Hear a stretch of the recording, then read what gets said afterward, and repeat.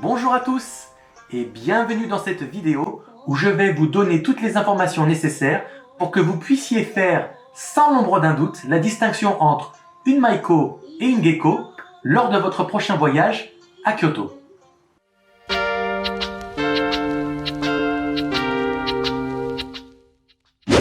Avant de plonger ensemble dans le vif du sujet, je vous rappelle que toutes les photos que vous allez voir dans la présentation d'aujourd'hui ont été prises par moi-même et que vous pouvez les retrouver et bien d'autres encore en me suivant sur Instagram @balbo42.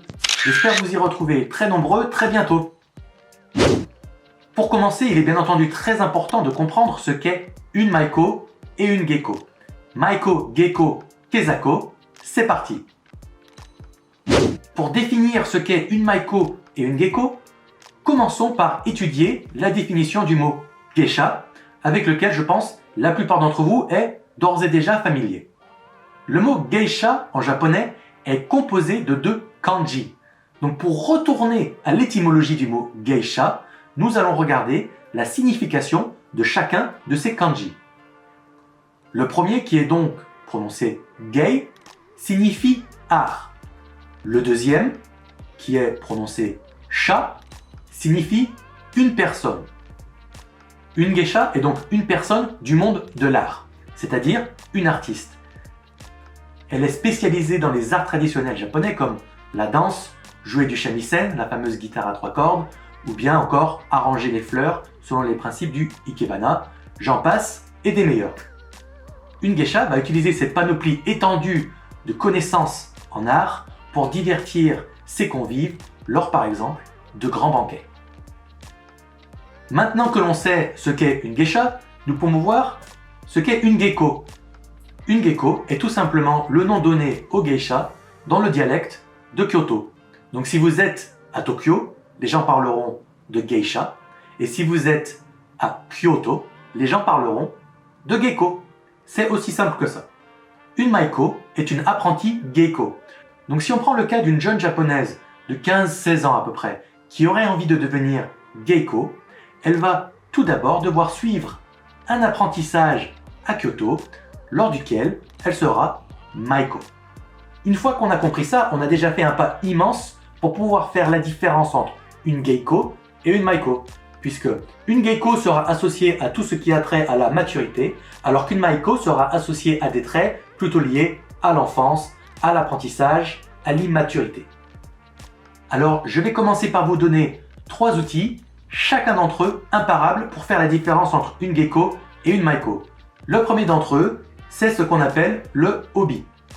Le obi, c'est la ceinture que la maiko ou la gecko va accrocher autour de son kimono pour qu'il tienne en place. Dans le cas d'une maiko, nous avons affaire à ce qu'on appelle un dalali obi. La caractéristique du dalali obi, c'est qu'il est tellement long que une fois qu'il a été attaché dans le dos de la maiko, il tombe pratiquement jusqu'au pied de la maiko. Donc vous voyez ici, j'ai mis 3 exemples de maiko et vous pouvez voir que dans ces 3 exemples, dans le dos de la maiko, il y a un nœud qui tombe, c'est le nœud du dalali obi, et donc vous pouvez être sûr qu'il s'agit bien de 3 maiko. Dans le cas d'une gecko, on a tout simplement un obi de taille normale, classique, qui s'attache dans le dos avec un nœud en forme carrée.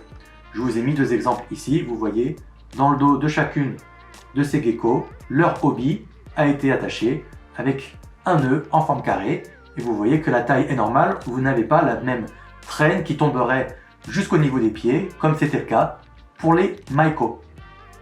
Deuxième outil imparable, la coiffure. Dans le cas des maiko, les maiko coiffent leurs propres cheveux.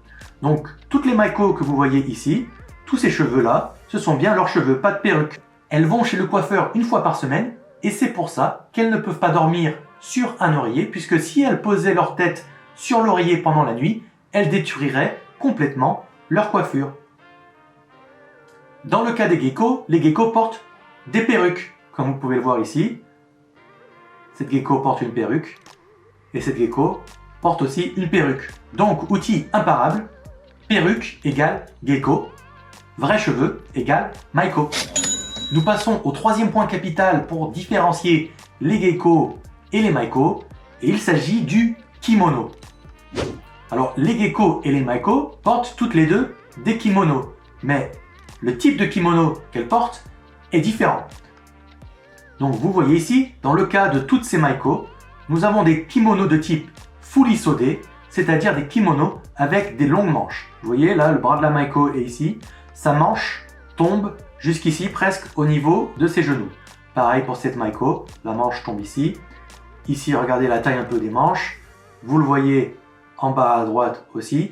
Et même quand la maiko est à genoux, vous pouvez voir qu'elle est obligée de mettre les manches par devant parce que ces manches sont très très longues.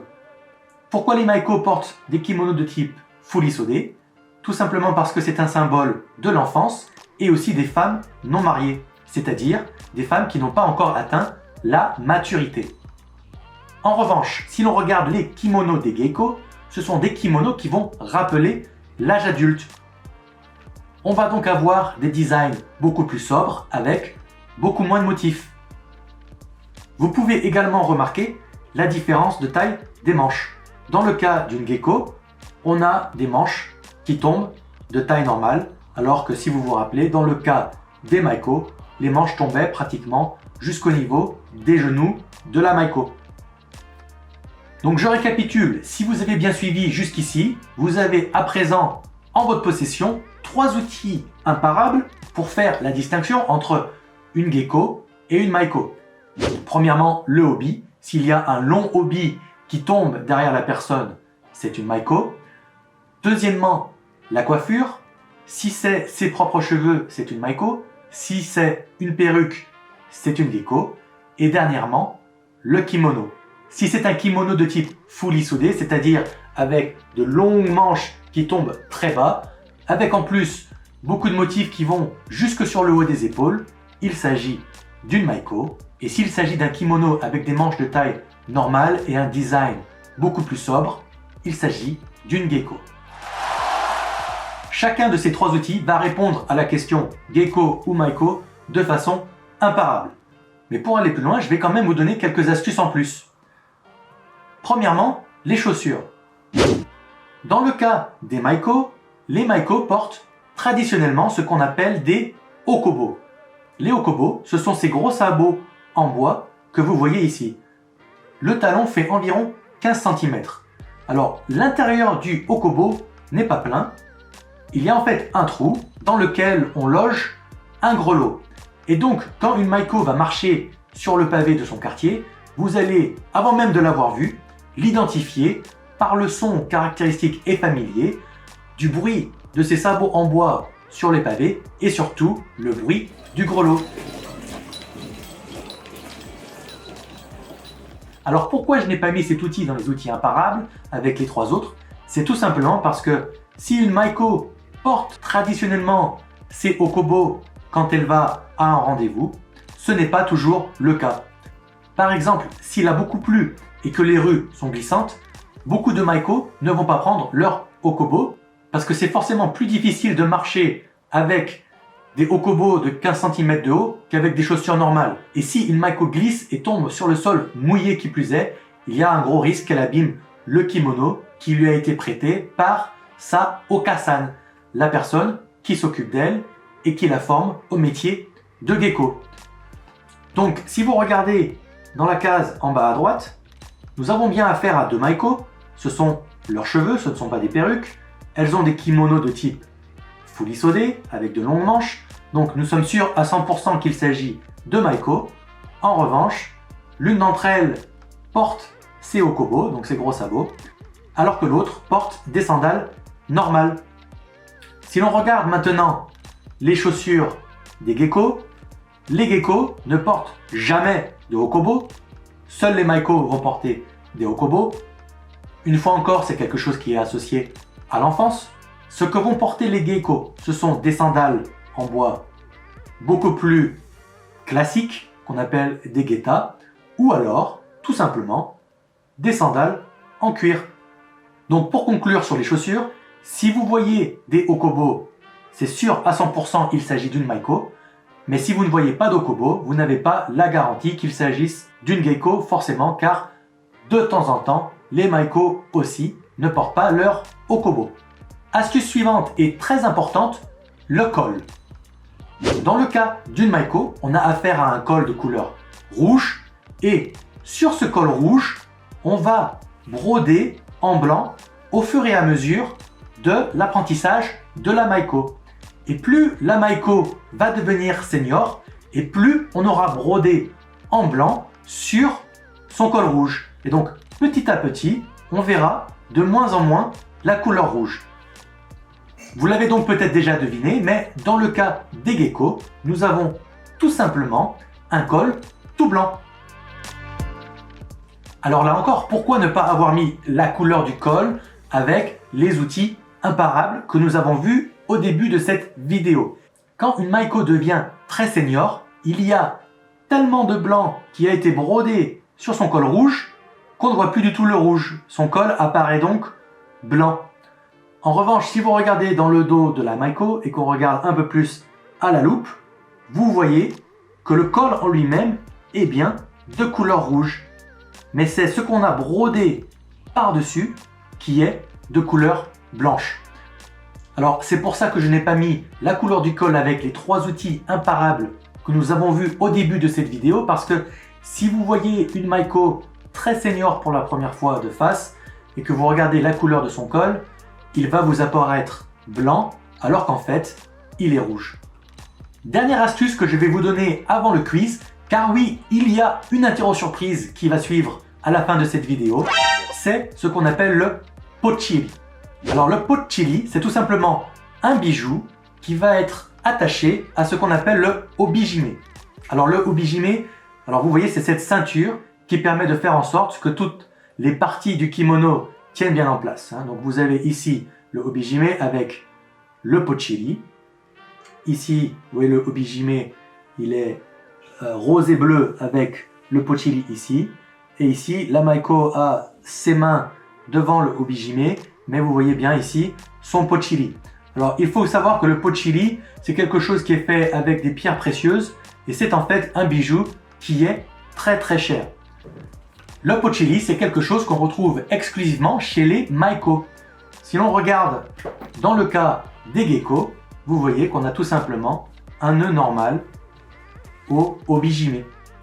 Donc je vous laisse regarder ces trois exemples de gecko. On voit bien le obijime avec un nœud tout simple et pas de pochili pour cacher ce nœud.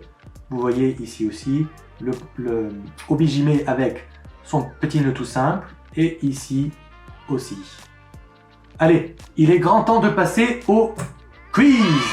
Gecko ou Maiko, c'est à vous de jouer. Alors je vais vous montrer des exemples de photos.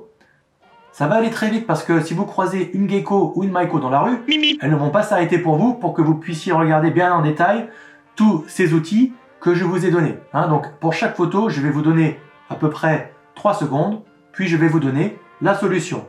Allez, question numéro 1, c'est parti.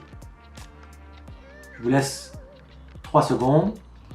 1, 2, 3. Il s'agit bien entendu d'une Maiko. Facile à identifier. Vous avez un obi qui tombe jusqu'au pied. Donc outil imparable numéro 1, le obi, c'est une Maiko. Vous ne le voyez peut-être pas forcément avec la qualité de la vidéo sur YouTube, mais ce sont bien ses cheveux à elle. Donc ça c'est l'outil imparable numéro 2. Et outil imparable numéro 3, vous voyez bien son kimono à 2 longues manches qui tombent très très bas avec des motifs qui vont jusque sur les épaules. Pour aller plus loin, vous pouvez aussi voir que la Maiko porte des Okobo et on sait que seuls les Maiko vont porter des Okobo. Vous pouvez aussi voir ici qu'elle a un pochili. Voilà, donc toutes les caractéristiques d'une Maiko. On passe à la question numéro 2. C'est parti, 3 secondes encore. 1, 2, 3. Là aussi, très très simple. Il s'agissait bien évidemment d'une Maiko. Alors, pourquoi il s'agit d'une Maiko? Tout simplement parce que vous voyez qu'il s'agit ici de ses cheveux.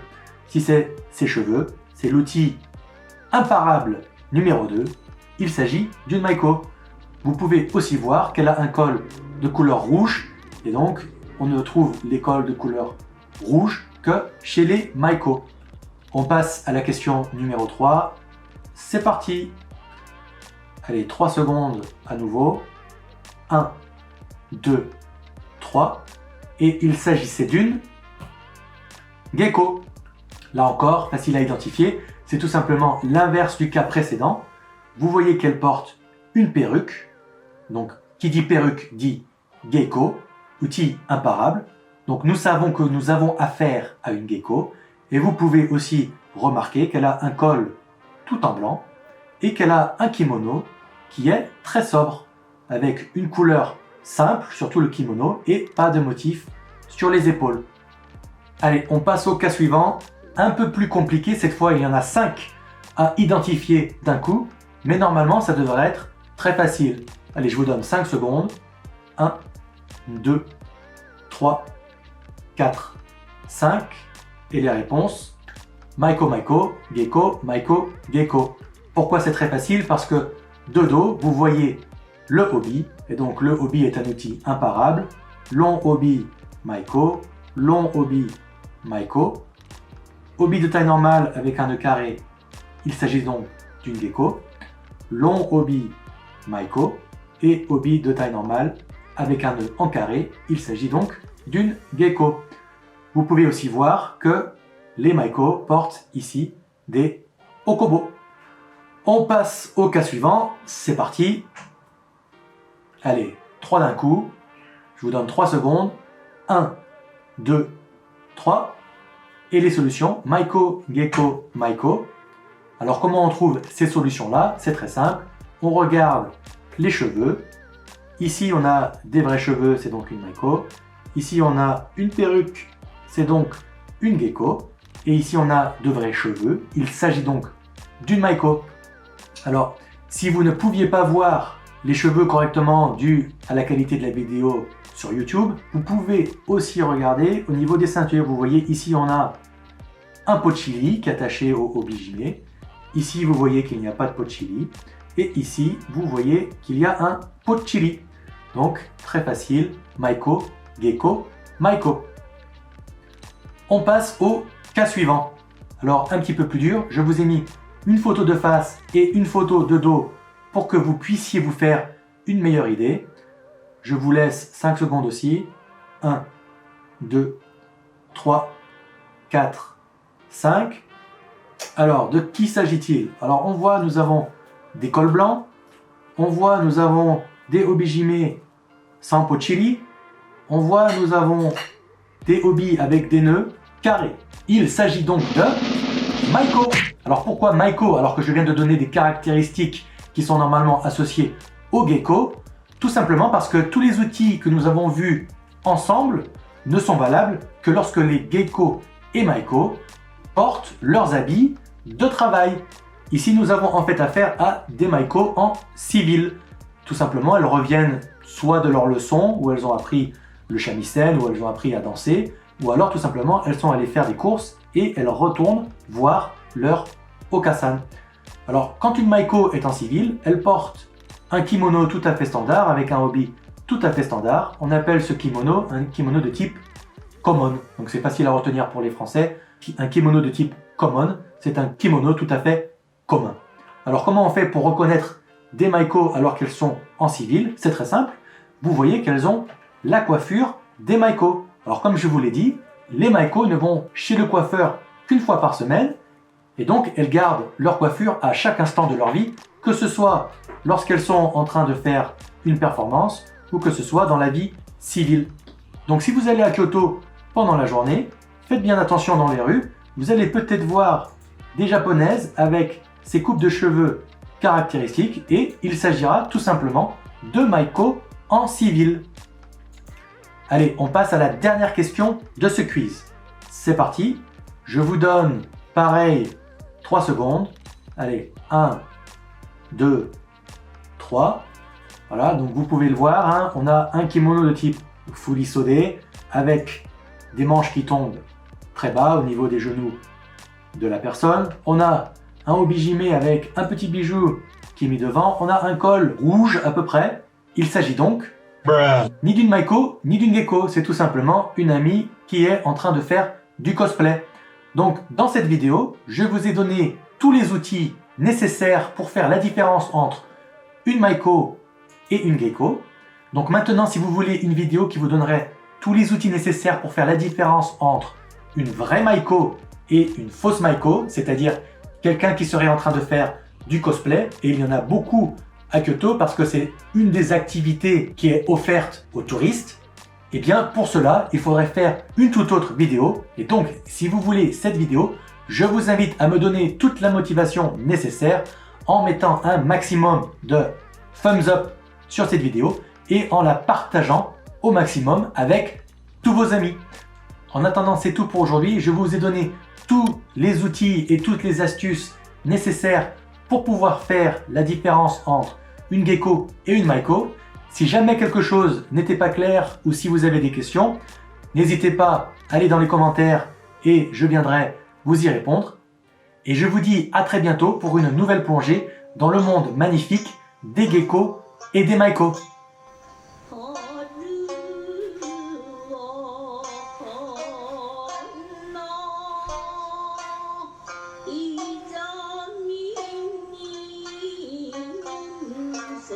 싱어 시여 모